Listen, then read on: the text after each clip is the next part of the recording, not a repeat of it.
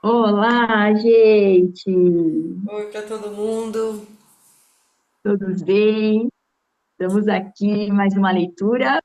Eu estou Sim. gostando muito, muito, muito dessa leitura aí do Patinho Feio. Muito interessante, né, Ni? E já Ah, várias coisas, incrível. só com a leitura já, né, do conto, assim, já tem coisas que a gente vai se identificando. Agora que ela vai abrindo, então, Nossa, é maravilhoso, é incrível. tô adorando. Então, vamos lá, vamos entender um pouquinho mais essa história toda. Então, vamos lá. E hoje ela vai falar dos tipos de mães, porque na história tem a mãe do Patinho Feio.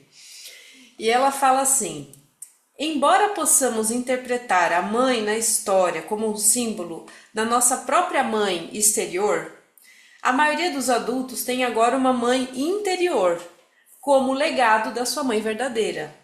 Trata-se de um aspecto da psique que atua e reage de um modo idêntico ao da experiência da infância de uma mulher com a sua própria mãe. Além do mais, essa mãe interior se compõe não só da experiência da mãe pessoal, mas também de outras figuras maternas das nossas vidas, assim como das imagens da mãe boa e da mãe perversa exibidas pela nossa cultura na época da nossa infância. Para a maioria dos adultos, se houve problemas com a mãe real no passado e eles não existem mais, ainda há uma cópia da mãe dentro da psique, que age, reage e fala igual àquela da infância. Muito embora a cultura de uma mulher possa ter desenvolvido um raciocínio mais consciente sobre o papel das mães, a mãe interior terá os mesmos valores e ideias a respeito de como uma mãe deve ser e agir que vigoravam na cultura da nossa infância. Na psicologia junguiana, esse emaranhado todo é chamado de complexo materno. Trata-se de um dos aspectos centrais da psique da mulher, e é importante reconhecer a sua condição, reforçando certas características, corrigindo algumas, erradicando outras e começando tudo de novo se for preciso. A mãe pata na história tem alguns atributos que a gente vai analisar individualmente. Ela é ao mesmo tempo uma mãe ambivalente, uma mãe prostrada e uma mãe sem mãe.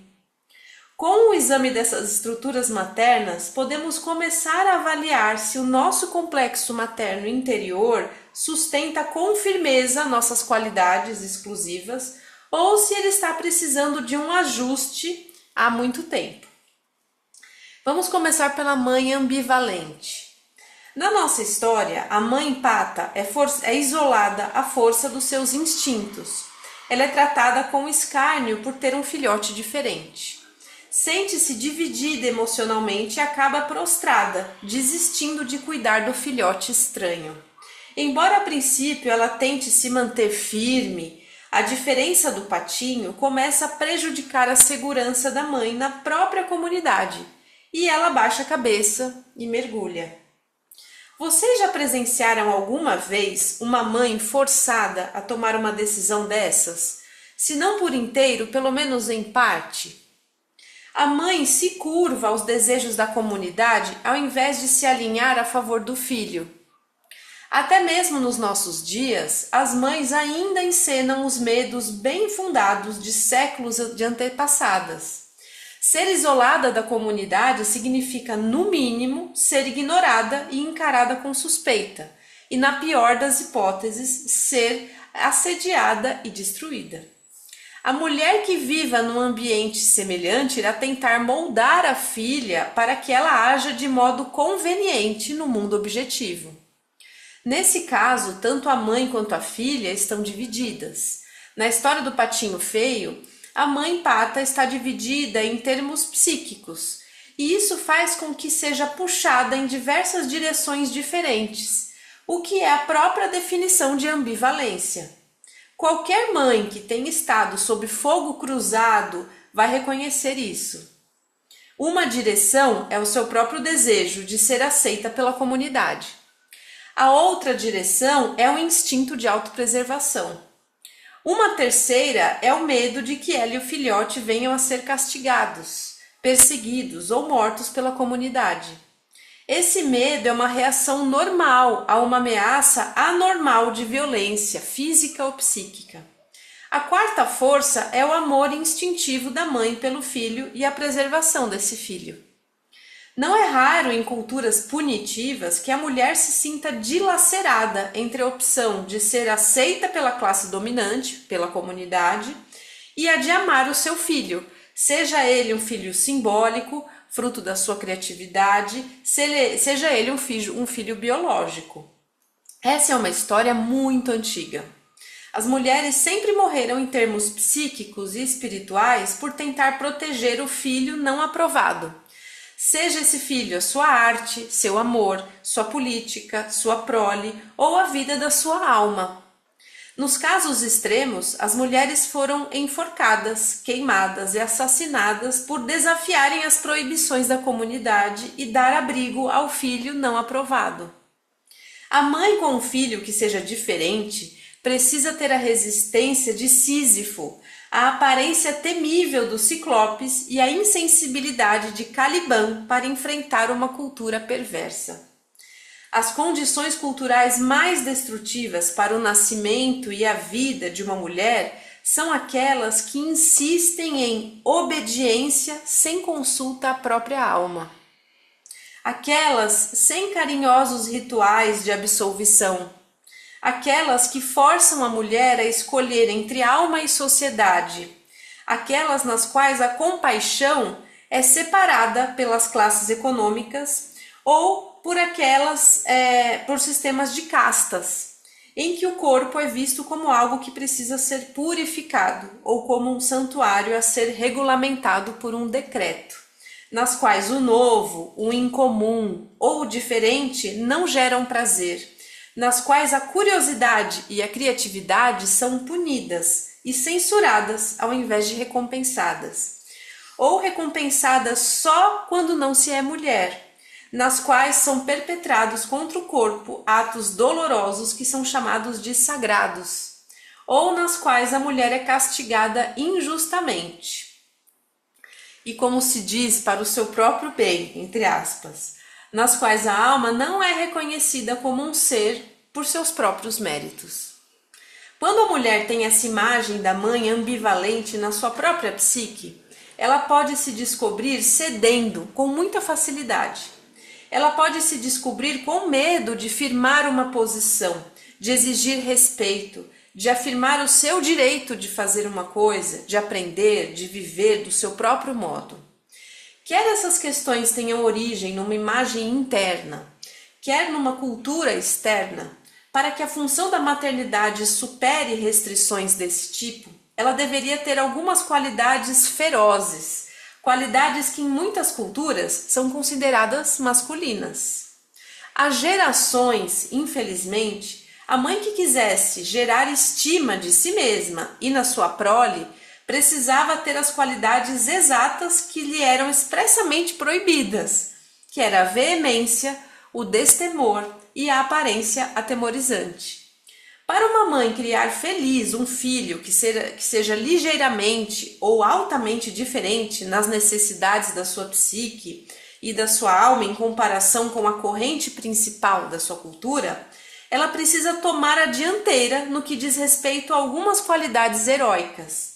Ela precisa ser capaz de roubar essas qualidades se elas não lhes forem permitidas, abrigá-las, libertá-las na hora certa e defender a si mesma e aquilo no que ela acredita. Praticamente não existe um meio de preparar a pessoa para isso, a não ser inspirar profundamente para ganhar coragem e sair. Desde tempos imemoriais, o que foi considerado um ato de heroísmo foi a cura para uma ambivalência paralisante. E agora ela fala sobre a mãe prostrada. Afinal, a mãe pata não aguenta mais a perseguição ao filhote que ajudou a pôr no mundo. O que é mais esclarecedor ainda é o fato de ela não conseguir mais tolerar o tormento imposto a ela pela comunidade quando ela tenta proteger o seu filho diferente. E assim ela desiste. Ela exclama para o patinho que preferia que ele desaparecesse, e o filhote torturado foge. Quando uma mãe desiste, isso significa que ela perdeu o sentido de si mesma. Ela pode ser uma mãe perversamente narcisista que se sente no direito de ser criança também. É mais provável que ela tenha sido isolada do eu selvagem e que tenha entrado em prostração, forçada por alguma ameaça real, da ordem psíquica ou física. Quando as pessoas caem prostradas, elas geralmente caem em um dentre 3 estados emocionais: o de confusão, o de agitação, quando tem a impressão de que ninguém sente uma solidariedade adequada pela sua aflição, ou do abismo, uma reencenação emocional de antigas feridas, muitas vezes frutos de uma injustiça inexplicada e não corrigida, que é continuada contra elas ainda quando crianças. O meio para forçar a prostração de uma mãe consiste em dividi-la emocionalmente. O método mais comum, desde o início dos tempos, foi a de forçar a mãe a escolher entre o amor ao filho e o medo ao qual a comunidade possa infligir a ela e ao filho se ela não respeitar as normas. Em A Escolha de Sofia, de William Styron, a heroína Sofia é prisioneira num campo de concentração. Ela está diante do comandante nazista com os 2 filhos nos braços, e o comandante força ela a escolher qual das 2 crianças deve viver e qual deve morrer, dizendo-lhe que se não fizer essa escolha, as 2 crianças serão mortas. Embora seja inconcebível ser forçada a fazer uma escolha dessas, trata-se de uma opção psíquica que as mães foram forçadas a fazer há séculos.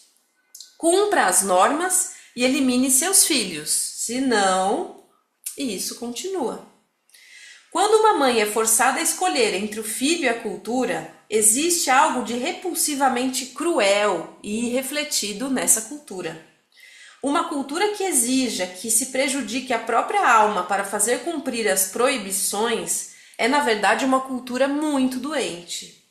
Essa cultura, entre aspas, pode ser aquela em que a mulher vive, o que seria ainda mais prejudicial. E ela pode ser a cultura que a mulher leva por aí e com a qual concorda dentro da sua própria cabeça. Existem muitos exemplos literais de situações desse tipo em todo o mundo, sendo os exemplos mais hediondos encontrados na América, sempre que foi a tradição separar à força as mulheres dos seus seres amados e das coisas que amam. Houve a longa e deplorável história da divisão forçada das famílias pela escravidão, dos séculos XVIII ao século XX. Nos últimos séculos, houve a prescrição de que as mulheres entregassem seus filhos à nação em nome da guerra, e de que se sentissem felizes com isso. Em várias épocas, houve costumes diferentes no mundo inteiro que ditavam que não se podia permitir à mulher amar quem amasse, e do modo que desejasse. Uma das repressões menos comentadas na vida da alma das mulheres está relacionada a milhões de mães solteiras ou de mães que nunca se casaram em todo o mundo, e mesmo nos Estados Unidos, que apenas nesse século, que ela está falando do século XX, foram pressionadas pelos costumes culturais a esconder a sua condição ou seus filhos, a matar ou entregar seus rebentos ou ainda a viver numa semivida com identidade falsa e como cidadãs desprezadas e indefesas. Há gerações, as mulheres aceitaram um papel de legitimação como seres humanos através do casamento com um homem. Elas estiveram de acordo com a ideia de que um ser humano pudesse não ser aceitável a menos que um homem dissesse o contrário.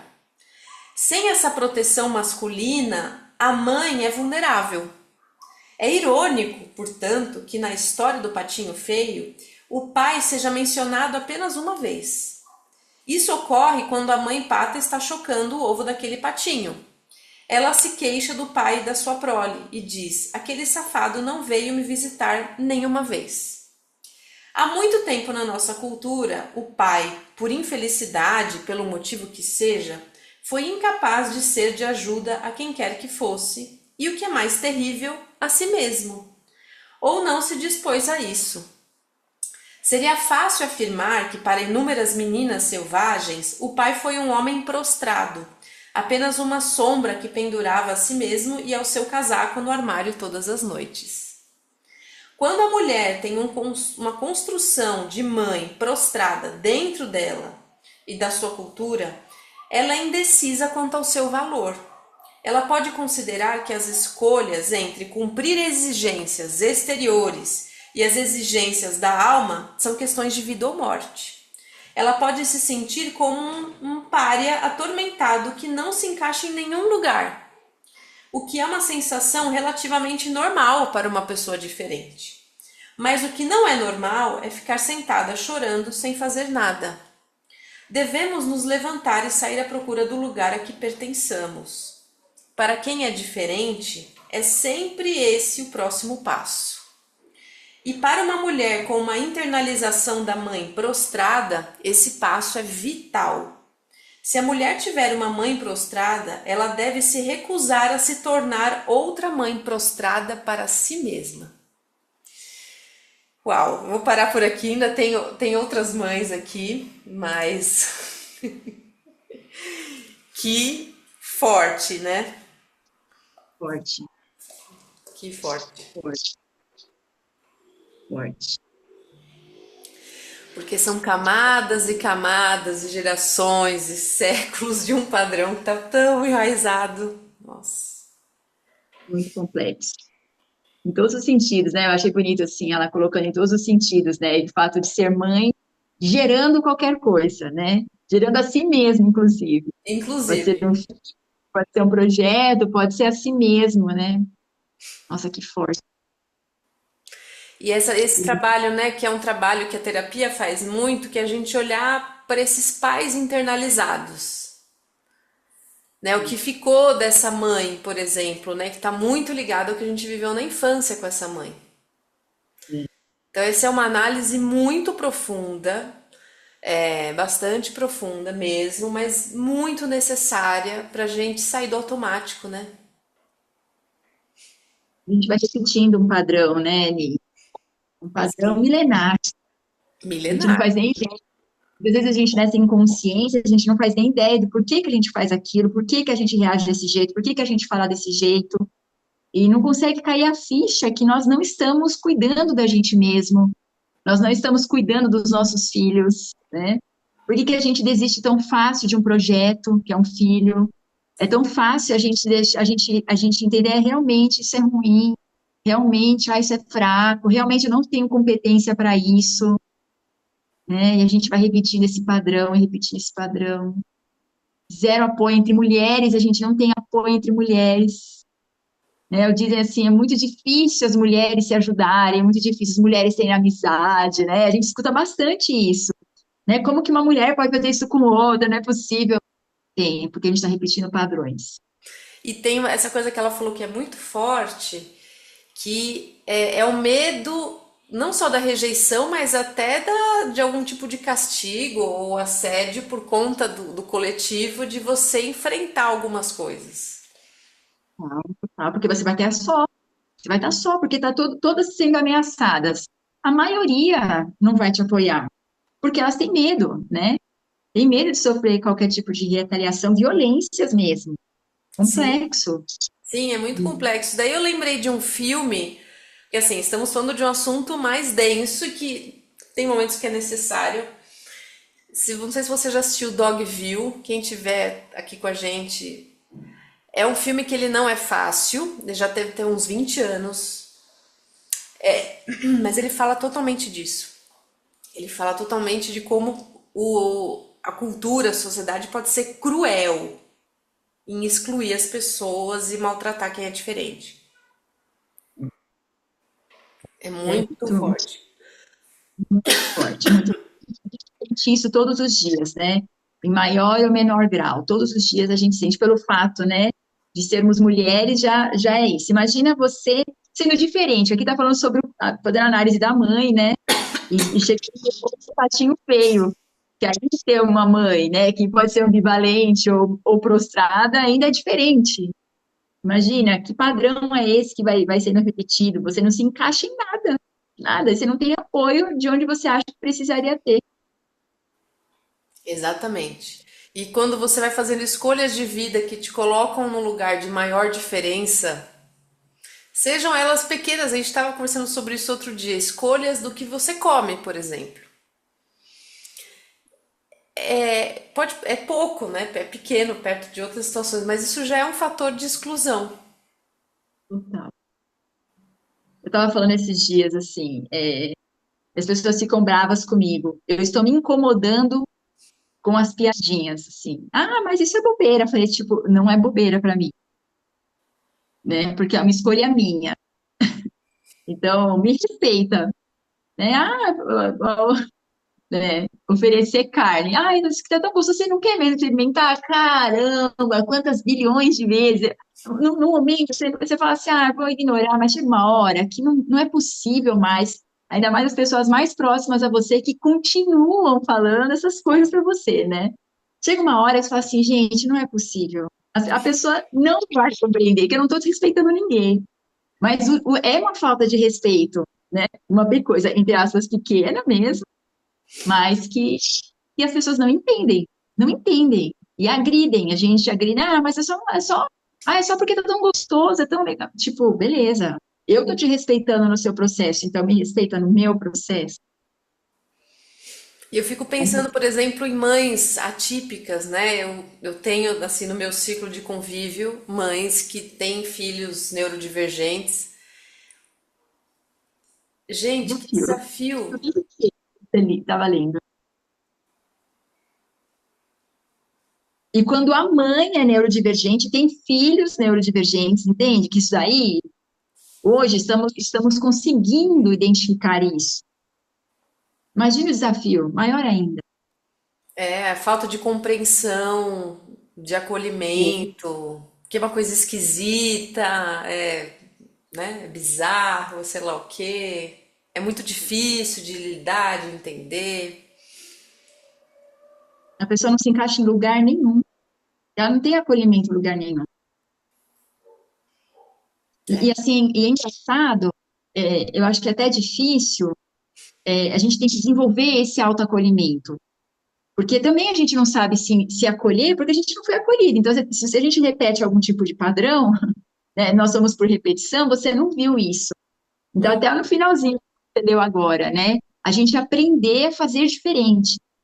Então, a gente aprender a fazer isso. Até esses dias eu, né, conversando também com uma cliente, e ela falou assim: eu não encontro o acolhimento que eu preciso onde eu vivo. Eu falei assim: você vai precisar aprender a se autoacolher, porque onde você vive, você não vai encontrar. Não vai encontrar, né? Então, a gente aprender isso para fazer diferente. Não, e como a autora fala aqui no livro, também você buscar o lugar onde você pertença, né? Que seria um segundo passo também, da mesma forma que o patinho vai lá, tá bom, então não vou ficar aqui, mas vou procurar minha turma, uma hora eu acho. É. Não é tão simples também, mas é um passo, né? Existem lugares, existem pessoas. Não vai ser o círculo que você está acostumado e não quer dizer que isso é fácil, mas existem lugares assim. Não desistir, não desistir nunca, nunca, nunca, nunca. A gente está quebrando aí, a gente vem, né? Se a gente pensar em, porque a missão de vida, tipo, a missão de vida muitas vezes pode ser essa. Você vai ser o exemplo para outras várias pessoas na sua busca interior. Sim. Você continua aí sendo firme dentro do melhor que você consegue hoje. Você falando não, você falando assim, eu não sigo esse padrão, isso não serve para mim. Sim, eu sou diferente nesse aspecto, eu escolho diferente nesse outro aspecto. A gente sabe que não é fácil, Não. tá? Tocamos hoje Estamos num lugar profundo aqui. nesse papo para uma boa roda de conversa. Olha, e recomendo para quem tá mesmo quem não está em processo de terapia, para todo mundo que está assistindo aqui a gente, fazer essa reflexão da mãe interior, dessa figura que está internalizada e de coisas, porque não é uma coisa congelada para sempre. Como ela própria fala, que a gente pode ir trabalhando isso. E a gente começar a analisar e se trabalhar, né? Trabalhar essa mãe interna. Identificar, né? Não, sem um chicotinho lá de ficar, é porque eu sou isso. Não, que tipo de mãe você está sendo? Você é um pouquinho de todas. Então, dependendo da situação em que você foi inserida, ou em que você está inserida, você pode ser uma mãe ambivalente, você pode ser uma mãe Prostrada. especial, frustrada. Dependendo do assunto, e é real isso. Nós somos um pouquinho de todas essas aí, né? A gente percebe assim, fala assim, meu, que medo de quebrar esse padrão, que medo de fazer isso. Se torna uma mãe prostrada. Sim. A gente fala até bastante sobre isso aqui, ó, aqui tá colocando nesses termos, né? Mas quantas vezes a gente quis já fazer alguma coisa, a gente fala assim, nossa, é uma guerra, uma batalha muito grande, não sei se eu vou. Por isso que a gente entende, por isso que o processo de terapia a gente sempre volta para a infância, porque como ela diz aqui, esses registros da mãe internalizada a gente vai buscar lá, nas nossas experiências de infância. Então é uma análise importante para a gente fazer, que tem muita coisa para olhar. Bora lá, né? Vamos lá. Acolher o que veio, do jeito que está, né? Sim. Muito bem, vou convidar você então, para que você encontre uma posição confortável, mesmo no desconforto no dia de hoje, mantendo o tronco vertical em relação ao solo, a coluna ereta, a cabeça no prolongamento da coluna, os ombros relaxados, o seu semblante tranquilo, a respiração pelas narinas. Eu nem vou falar muito hoje, só vou fazer um convite para que você sinta o que veio para você nesse momento. O que você está sentindo, se veio alguma memória, se né, durante essa leitura, o que trouxe para você, acolha. Da melhor forma que você conseguir, do jeito que está. Apenas observe isso, observe o que você está sentindo nesse momento. Iniciamos, então, nossos 5 minutos de meditação em silêncio.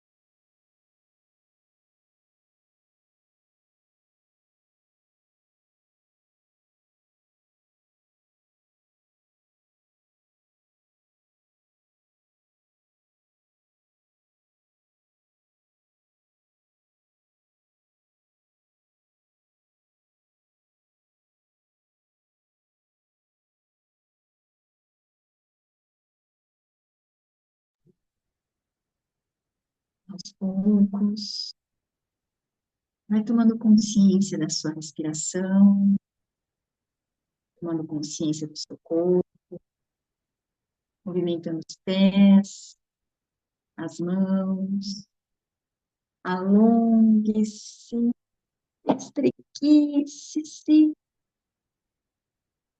e no seu tempo, gentilmente, abra o seu. Ai, muito obrigada. Que bom poder fazer isso juntas, porque esse mergulho sozinha não é fácil. Não, trinchando isso, mexendo, bastante coisa para mexer, né? Bastante. Ai, obrigada, Ani. Obrigada, Obrigada, obrigada, Caio, eu obrigada. que agradeço. E muita força para esse mergulho para todo mundo que estiver assistindo a gente aqui. Obrigada pela força de todos vocês, viu? Muito bom a gente estar aqui. Obrigada. Beijo, fica bem. Beijo para você também que está aqui com a gente. E até a próxima leitura. Beijo, gente. Até a próxima.